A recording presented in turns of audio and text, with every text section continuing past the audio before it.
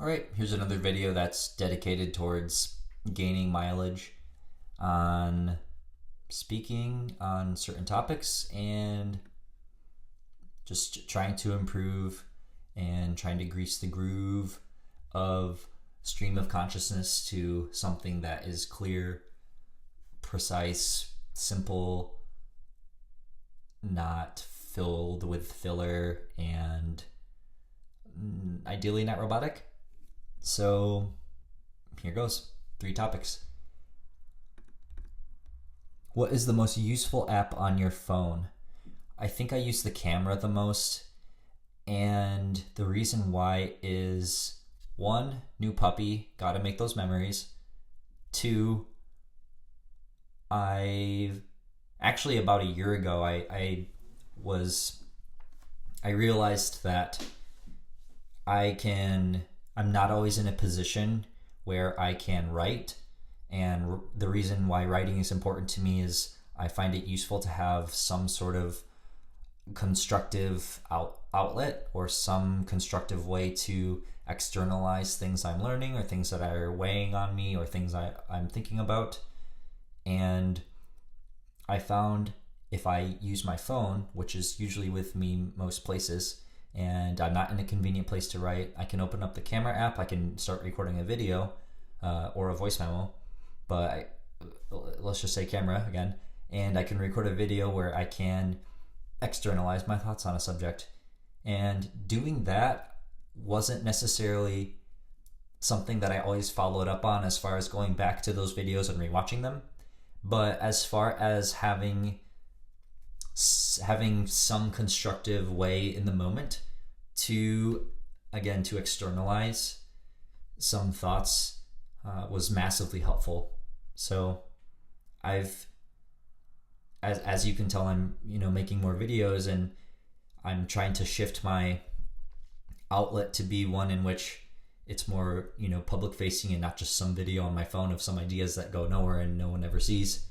And I guess I'm more inclined to share something that's at least in a better environment like this than, I don't know, walking down the road and having my phone's camera, I don't know. Yeah. Most useful, or the one I've used the most, is the direction I spun that question. Probably the camera. Second topic, drugstores. Drugstores are, I think they're the underrated pillar of society. And the reason why I say this is because there are common resources that are common and they transcend class, race, gender.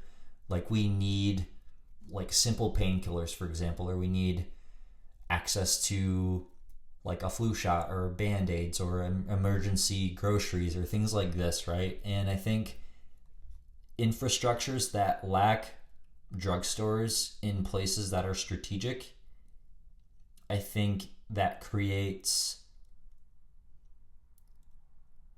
I don't know what it creates, but I can tell how much nicer it is whenever I've traveled or been in a new environment where I haven't had as immediate access to these basic resources. And I think traveling is actually a great example of when you realize the importance or the value of having things like this.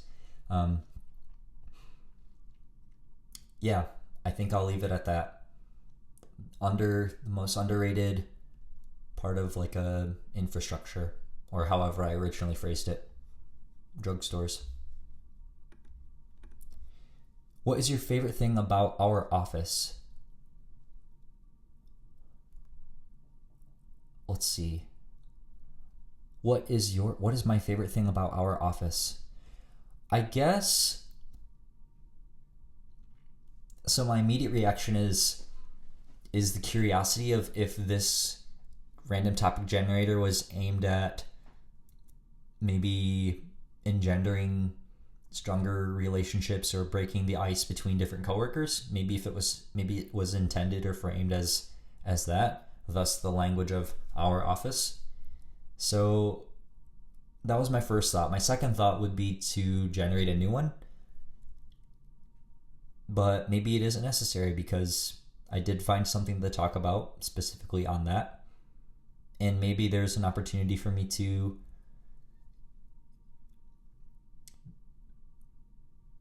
use some creative thinking on the spot to speak more about it. If speaking more is the direction I want to go, which doesn't have to be. And I could stop talking right now and end the video. The final thought I'll share, one last thought I'll share on this question: what's your favorite thing about our office? I like how, I guess what I'll say is this: our office, you and me, you're if you're watching this video, you're on YouTube, and I'm recording this video, and it will live on YouTube someday. And it's interesting to be in the position and to be in this seat, not like literally this guy, but it's interesting to be in a position where I can talk about random topics that are randomly generated on a random topic generator, and to be able to do so freely. And as an American who, it's November of 2024, so it's an election year. It's actually a few days after, I'm recording this a few days after, or within a few weeks after the election for the presidency. It's an interesting time in life as an American because you observe a lot of chaos, I guess. You observe a lot of, and you experience to some degree a lot of division, a lot of ways in which Americans are divided on certain topics and beliefs and values and all these different spheres and sectors of life. And what I've always wondered in times of great division, what helps me get through this might be thinking about what are the ways in which we are united, the ways in which we're unified. And something as simple as, I'm an American, and let's say my political orientation is this way, and then my friend is his or her political orientation is that way. Well, at the end of the day, we're both still Americans. We both have access to freedom of speech, for example, and I think that's a pretty cool thing.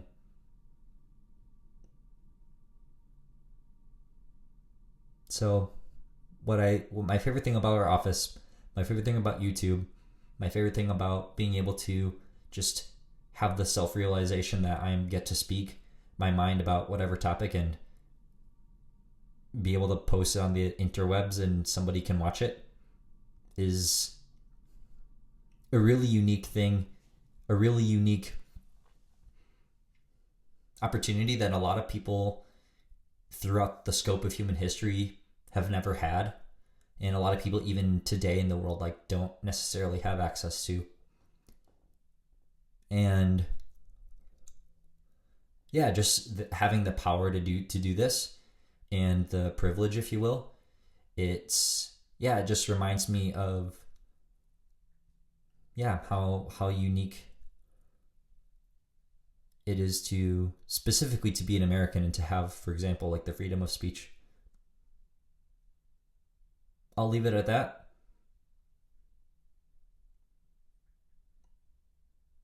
Thanks for watching, and I will see you next time.